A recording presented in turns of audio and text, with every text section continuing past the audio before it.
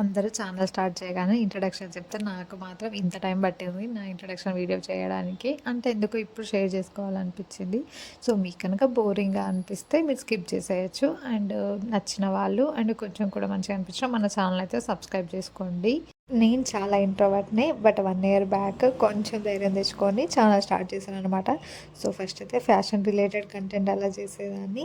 దాని తర్వాత కొన్ని డేస్‌కి నా పెళ్లి సెట్ అవ్వడము అదంతా జరిగి నాకెందుకో పోస్ట్ చేయాలి అని అనిపించలేదు.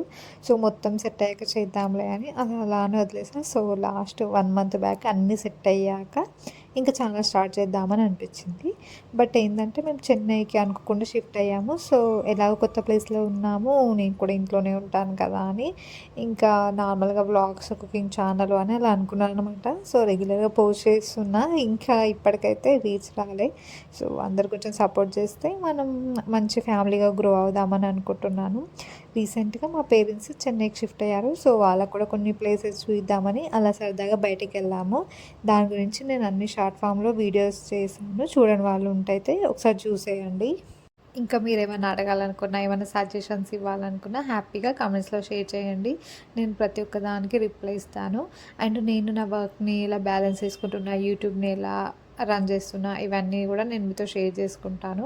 సో, యాక్చువల్‌గా నేనైతే ఇప్పుడు పెద్దగా ఏం కష్టపడట్లే యూట్యూబ్ కోసం. సింపుల్‌గా వీడియోస్ తీసి దాన్ని విఎన్ యాప్‌లో, ఎడిట్స్ యాప్‌లో ఎడిట్ చేసి పోస్ట్ చేస్తున్నా. దీనికి నాకు ఒక 1 అవర్ అలా టైం పడుతుంది అంతే.